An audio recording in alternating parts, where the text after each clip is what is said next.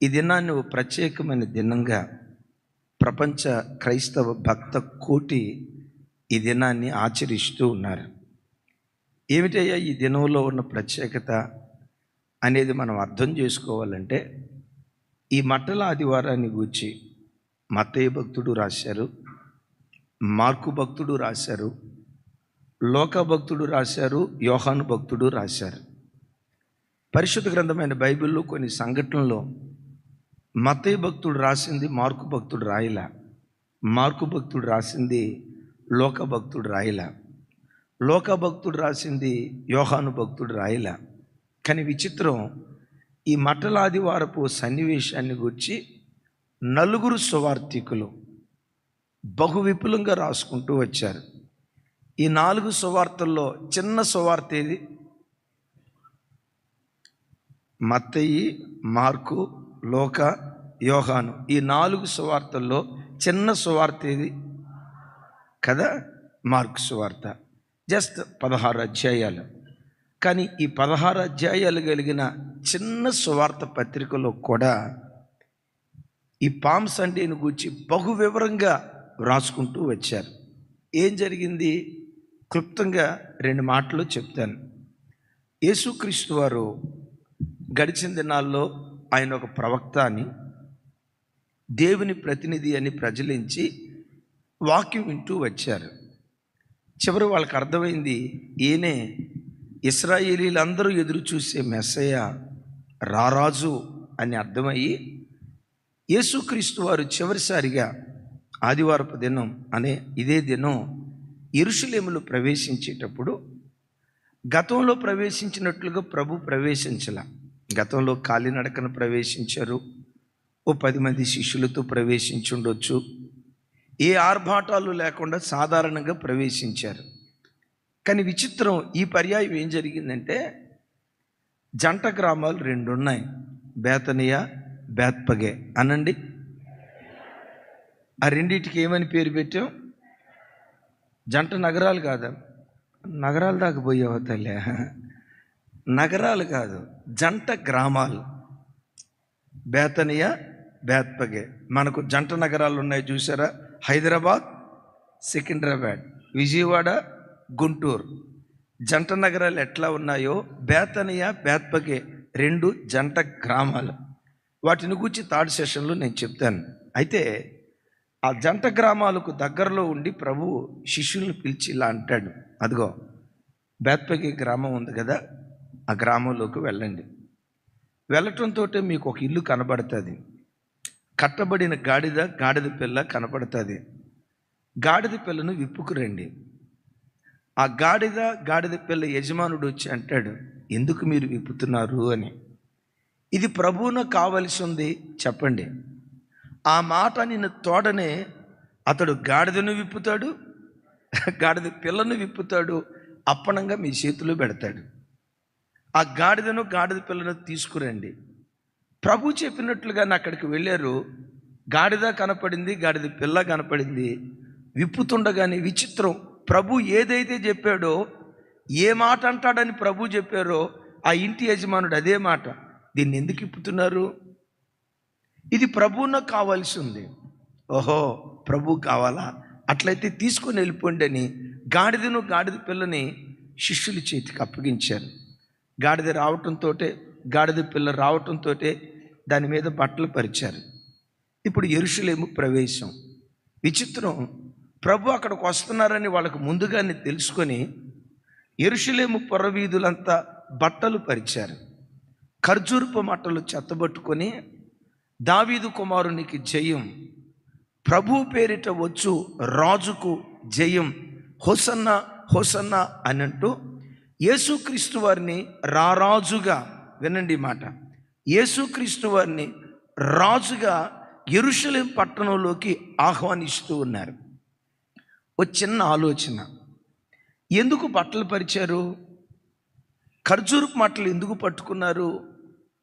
గాడిద మీద కూర్చోబెట్టి ఊరేగింపుగా యేసుక్రీస్తు వారిని ఎందుకు తీసుకొని వెళ్తున్నారు అని అంటే, ఒక్క మాటలో చెప్పాలంటే ఈ సన్నివేశం అంతా యేసుక్రీస్తు వారిని రాజుగా పట్టాభిషేకం చేస్తున్నట్లుగా పరోక్షంగా దీనికి ఉన్న అర్థం. రాజుగా పట్టాభిషేకం చేయబడటం. రాజుగా పాత నిబంధనలో ఇలా బట్టలు పరిచి గాడిద మీద కూర్చోబెట్టి పట్టాభిషేకం చేసిన దాఖలాలు ఏవైనా ఉన్నాయా? సహజంగా రాజు అంటంతో గాడిద మీద వస్తాడా, గుర్రం మీద వస్తాడా కదా. కానీ ఈ రాజు ప్రత్యేకత ఏంటంటే అందరూ రాజులు గుర్రం మీద వస్తే ఈ రాజు గాడిద మీద వచ్చాడు. ఈ రాజు ప్రవేశించేటప్పుడు యెరూషలేం పురవీధులంతా బట్టలు పరిచారు. పాత నిబంధనలో ఇజ్రాయేలీల రాజు యోహు అనే వ్యక్తిని రాజుగా పట్టాభిషేకం చేసేటప్పుడు ఆ దారి పొడుగున బట్టలు పరిచినట్లుగా లేఖనాల్లో చూస్తూ ఉన్నాం. బట్టలు పరవటం ఎన్నో ఆత్మీయ అర్థాలకు గుర్తు. మెట్టుకు ఒకటి, రాజుగా బట్టలు పరవటం దారి వెంబడి బట్టలు పరవటం రాజుగా పట్టాభిషేకం చేస్తున్న దివ్యమైన కార్యానికి అది సాదృశ్యంగా ఉంది. అవును, రాజైన సొలొమోను, రాజైన అదోనియా గాడిద మీద ఊరేగించబడి రాజుగా పట్టాభిషేకం చేయబడినట్లుగా రాజుల గ్రంథాల్లో మనం చూడగలుగుతూ ఉన్నాం.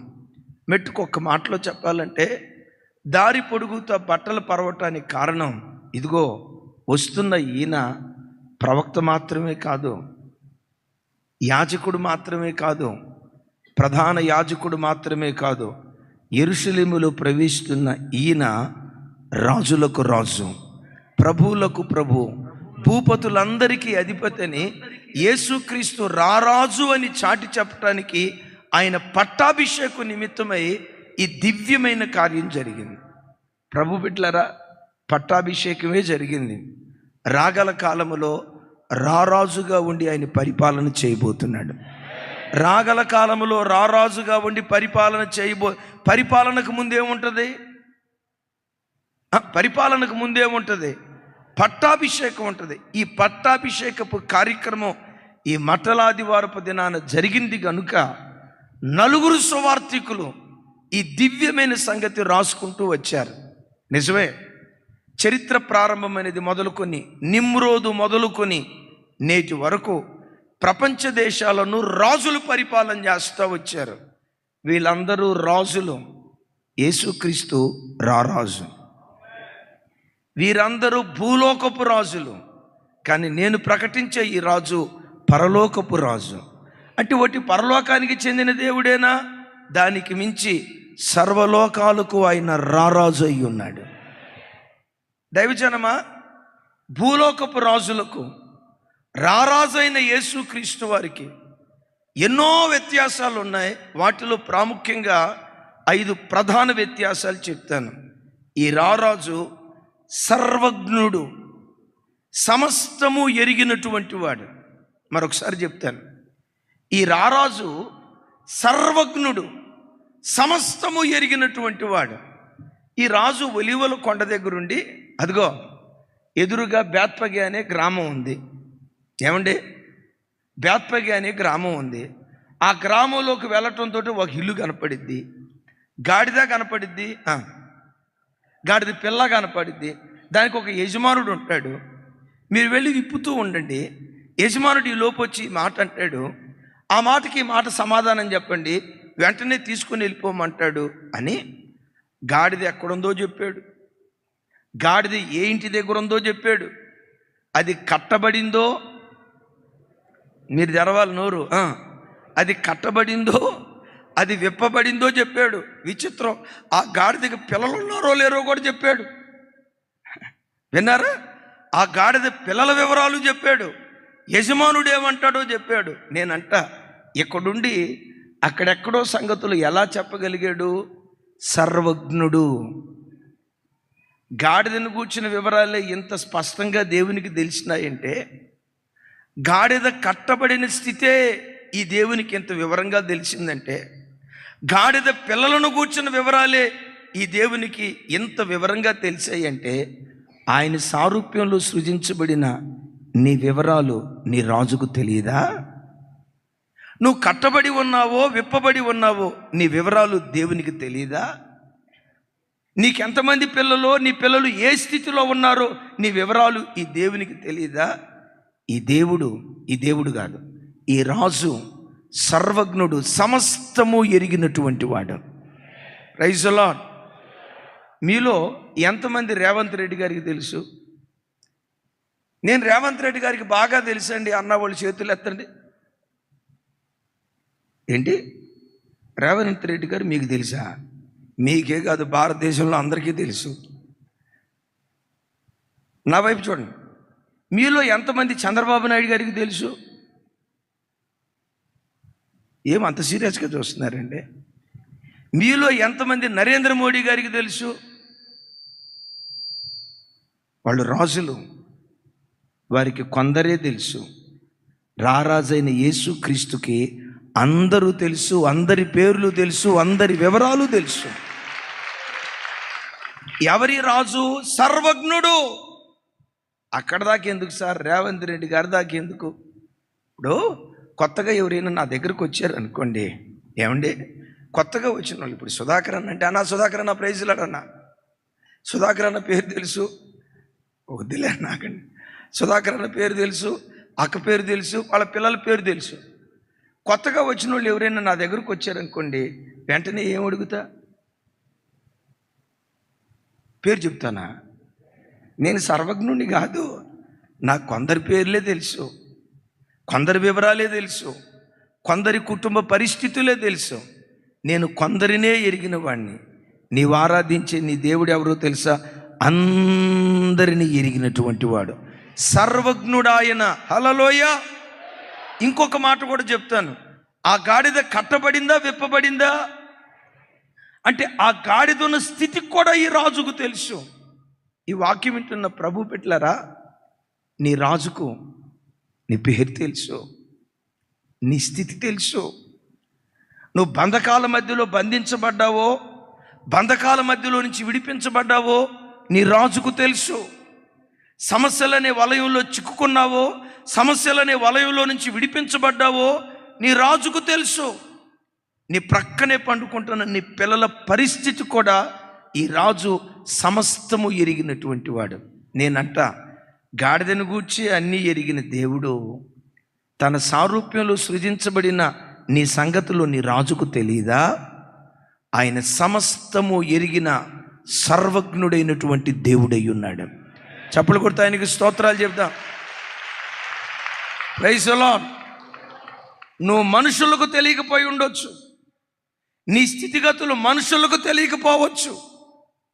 నీవు ఏ స్థితిలో ఉన్నావో, నీ కుటుంబం ఏ స్థితిలో ఉందో, నీ పిల్లలు ఏ స్థితిలో ఉన్నారో, నీ స్థితిగతులు మనుషులకు తెలియకపోవచ్చు. అయినా నేనంట, మనుషులు తెలుసుకొని చేసేదేముంది? మనుషులు తెలుసుకొని చేసేదేముంది? ఏదన్నా కష్టం వస్తే అయ్యో పాపం అట్టా జరిగిందా అని కొంతమంది సానుభూతి వ్యక్తం చేస్తారు. ఇంకొంతమంది ఏం చేస్తారో తెలుసా? పక్కెళ్ళిన తర్వాత వాడికి అట్టాగే జరగాల, ఆడు మావులుడా, ఆడికి అట్టాగే జరగాల, ఇప్పుడు కుదిరింది తిక్క, ఏదో అనండి, ఇప్పుడు కుదిరింది తిక్క అని బయటికి వెళ్ళి సెటైర్లు వేస్తారు. నీ రాజు సెటైర్లు వేసేవాడు కాదు, నీ రాజు బయటికి వెళ్ళి నవ్వేవాడు కాదు, వెకిలిగా మాట్లాడేవాడు కాదు. ఈ రాజు నీ యావత్ బాధలో నీతో కూడా బాధనుందే మనసున్న మహా గొప్ప రాజు. ఈ రాజు సర్వజ్ఞుడు అంటాడు. శిష్యులారా అడుగుతున్నారు శిష్యులు, అయ్యా పస్కా ఎక్కడ సిద్ధపరుద్దాం అని అంటే ప్రభు అంటారు, మీరు పట్టణంలోకి వెళ్ళినప్పుడు మీరు వెళ్తుండగా ఒక ఆయన నీళ్ళకొండ తీసుకొని వస్తాడు. వెళ్ళి అడగండి, ప్రభు మీ ఇంటి మీద పస్కా భుజించాలనుకున్నాడు, సిద్ధపరచండి అని చెప్తే మారు మాట మాట్లాడకుండా పట్టణంలోకి వెళ్ళారు. అప్పుడే నీళ్ళకొండ తీసుకొని ఒక ఆయన ఎదురు వస్తున్నాడు. డైరెక్ట్గా వెళ్ళి అడిగారు, ప్రభు మీ ఇంట పస్కా భోజనం చేయాలి, సిద్ధపరచండి అంటే, ఆ తేరగా మా ఇల్లే దొరికిందా అని అల్లా. ప్రభువా, ఎవరికి ప్రభు ఆయన? మా ఇల్లు ఎందుకు ఇస్తాం? ప్రభువా, మా గాడిదని ఎందుకు ఇస్తాం? మళ్ళీ గాడిదనే వీళ్ళు అడిగింది గాడిద పిల్లనైతే ఆ ఇంటి యజమానుడు ఏం చేశాడో తెలుసా? గాడిద పిల్లనిచ్చాడు. కొంచెం గట్టిగానండి, కొంచెం గట్టిగా. ఎందుకో తెలుసా? ఈ దేవుడు సర్వజ్ఞుడు. ఈయన సర్వజ్ఞుడు. ఆ సర్వజ్ఞుడైన దేవుని ఎదుట సంఘం ఎలా బ్రతకాలో ఒక మాట చెప్తా. రాత్రి అంతా వల వేశాడు. అద్భుతం. పుట్టింది మచిలీపట్నంలో. చిన్నప్పటి మచిలీపట్నం అంటే ఈ మచిలీపట్నం అనుకునేరు గాక, బేత్సయిదా. బేత్సయిదా అంటే చేపలపల్లి అని అర్థం. చిన్నప్పటి నుంచి చేపలు పట్టడంలో ఎక్స్పీరియన్స్. కానీ విచిత్రం, ఆ రోజు రాత్రి అంతా వల వేసిన ఒక చేప కూడా పడలా. నిరాశ నిస్పృహతుల మధ్యలో ఉన్నాడు. అప్పుడే ప్రభు వచ్చి అంటాడు, పేతురు, సిమోను, నీ దోనె ఇంకొంచెం లోతుకు నడిపించి వలవేయి. ఏలినవాడా, రాత్రంతా ప్రయాసపడ్డా, ఒక్క చేప కూడా పడలా.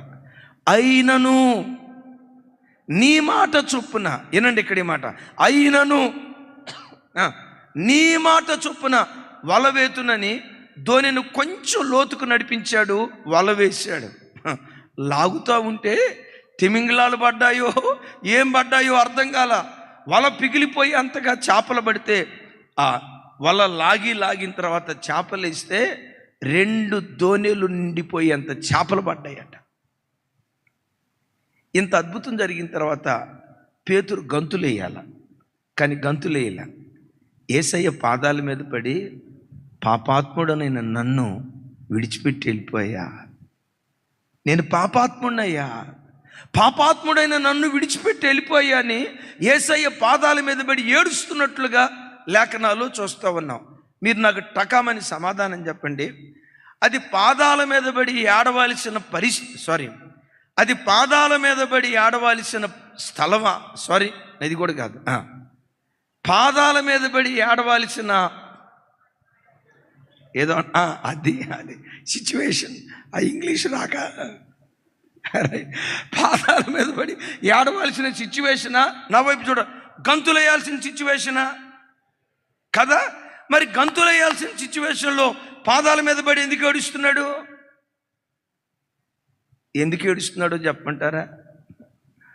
సముద్రంలో ఎక్కడ చేపలు ఉన్నాయో ఇవన్నీ ఈయనకి తెలిసినాయి అంటే, సముద్రంలో ఉన్న సంగతే దేవునికి తెలిసిందంటే, నా హృదయంలో ఉన్న సంగతి కూడా ఆయనకి తెలిసి ఉండొచ్చుగా.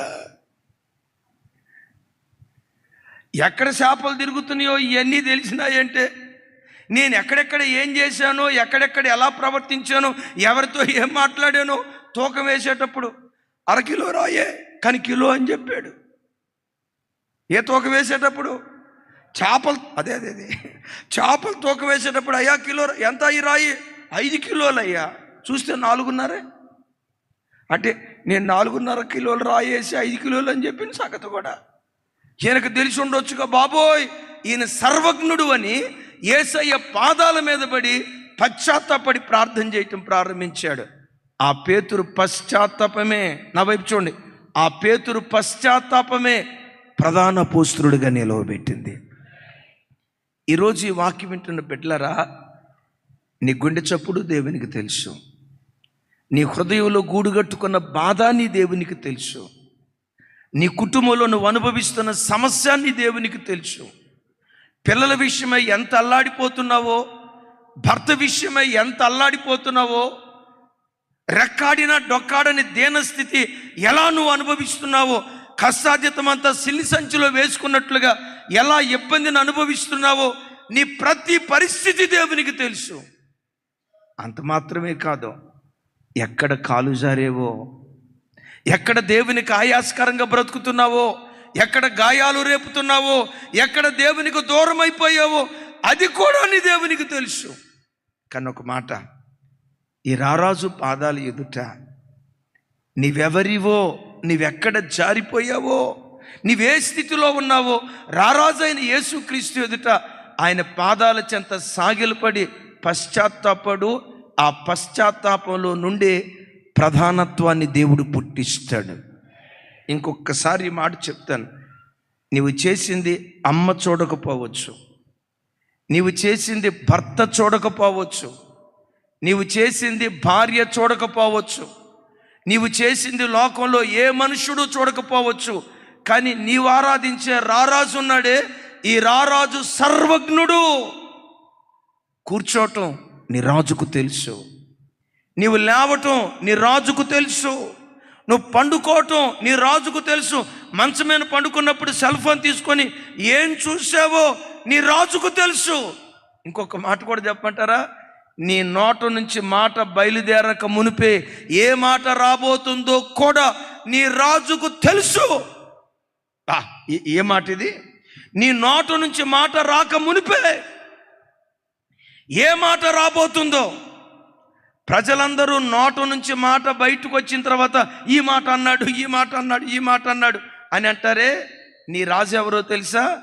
మాట నోట నుంచి రాకమునిపే హృదయంలో ఉన్న మాట కూడా ఎరిగిన రారాజు ఈ రాజు. నీవు తెలుసు, నీ స్థితి తెలుసు, నీవు అనుభవిస్తున్న బాధ తెలుసు, నువ్వు జారిన స్థితి తెలుసు. ఈయన సర్వజ్ఞుడు అని ఆయన పాదాలు ఎదుట నువ్వు పశ్చాత్తాపడగలిగితే ఆ పశ్చాత్తాపమే పేతురును ప్రధాన అపోస్తలుడుగా మార్చింది. యేసయ్యకు మహిమ కలుగును గాక. రైట్. ఈ గాడిద మీద ఊరేగుతూ వస్తున్న ఈ రాజు ఎవరు? జకర్య గ్రంథకర్త అంటాడు నీతికి రాజు అంటాడు. చెప్పండి ఒకసారి, ఈ రాజు ఎవరు? ఏమండి, కాకతీయ రాజుల పేరు విన్నారు, విజయనగరం రాజుల పేర్లు విన్నారు, ఓరుగలు రాజు పేరు విన్నారు. నీతికి రాజు అనే పేరు వహించిన వాళ్ళని ఎక్కడైనా చూసారా? ఈ సృష్టిలో ఒక ఆయన ఉన్నాడు, ఆయన నీతికి రాజు. పెద్దగా చెప్తాం ఆమేన్. దేనికి రాజు? నీతికి నిలువుటద్దం ఈ రాజు. నీతి న్యాయాలకు నిలువుటద్దం ఈ రాజు. లోకపు రాజులు ఉన్నారే, అందరూ అనను 190% పైగా నీతి లేని రాజులే. బైబిల్లో కొందరు రాజులు ఉన్నారు, ఒక రాజుకు 1000 మంది భార్యలు. హల్లెలూయా. నా ఎవరురా, నా వైపు చూడాలి. ఎంతమంది అంటే 1000 మంది భార్యలు ఉండటం నీతి కలిగిన రాజు అందామా, నీతి లేని రాజు అందామా?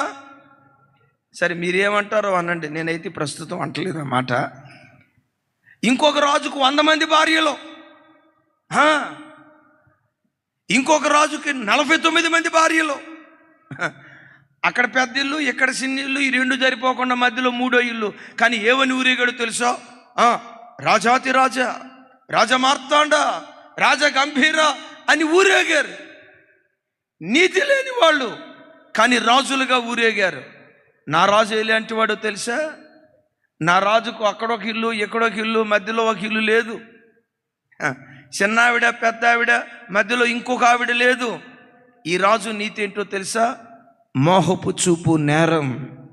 ఒక స్త్రీని మోహంతో చూసిన వాడు అప్పుడే ఆవిడతో తప్పు చేశాడు అని ఇంత గొప్ప నీతి విలువ ప్రపంచానికి నేర్పిన నీతి కలిగిన రాజు.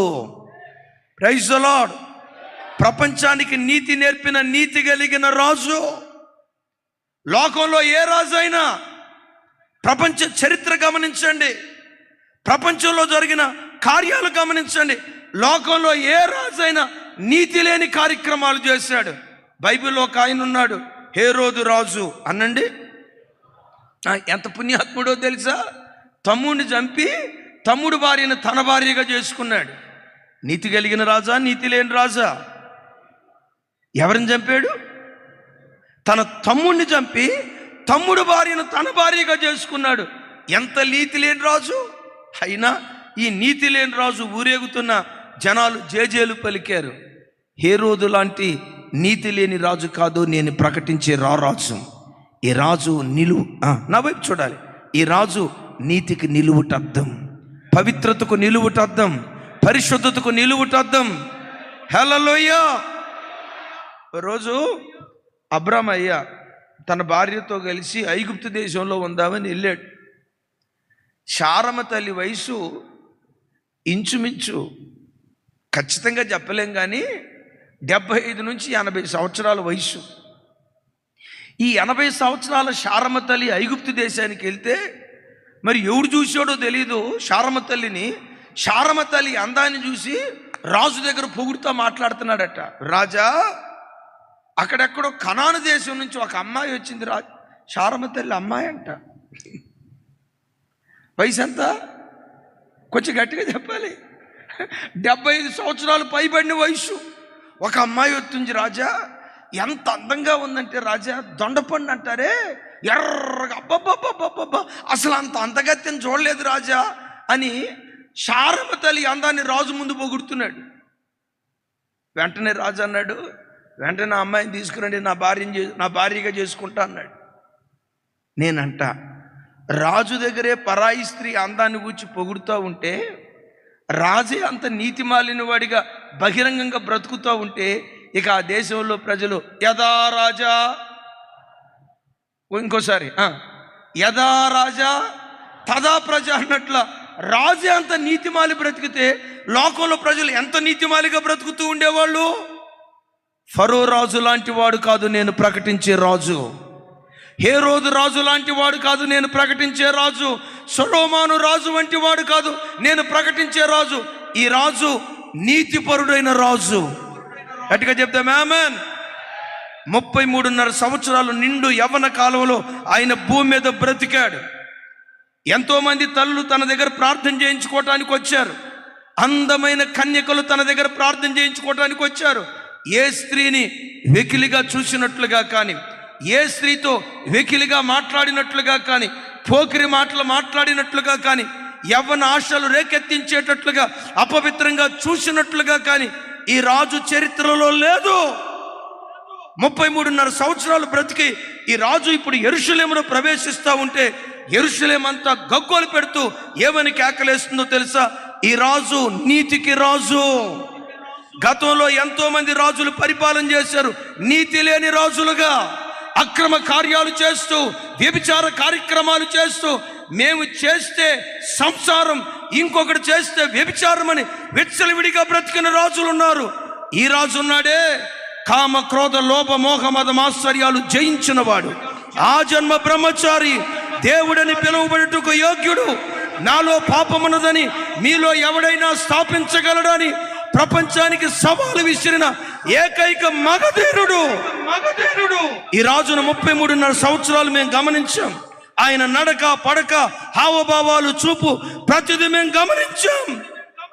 ఈయన మాటలో అపవిత్రత లేదు, ఈయన చూపులో అపవిత్రత లేదు. ఈ రాజును గూర్చి వాక్యం ఏమంటుందో తెలుసా? దుస్తత్వమును చూడలేని నిష్కలంకమైన కన్నులు గలవాడు. వెతకండి, ఇలాంటి రారాజు ఎక్కడైనా ఉన్నారా? ఇలాంటి నీతి కలిగిన రాజు ఎక్కడైనా ఉన్నారా? ఇలాంటి పరిశుద్ధుడైన రాజు ఎక్కడైనా ఉన్నారా అని వెతికితే ఈ వెతుకులాటలో ఒకే ఒక్క దేవుడు కనపడతాడు. ఆ ఒక్క దేవుడే నేను ప్రకటించే నజరేయుడైన యేసుక్రీస్తు. చప్పలు కొడతా ఆయనకి స్తోత్రాలు చెప్దాం. ఈ రాజు నీతి కలిగిన రాజు. మీరు ఈ మధ్య చాలా చోట్ల వినుంటారు, ఈయన మాకు మినిస్టర్ అయితే బాగుండు, ఈయన మాకు ఎమ్మెల్యే అయితే బాగుండు అని.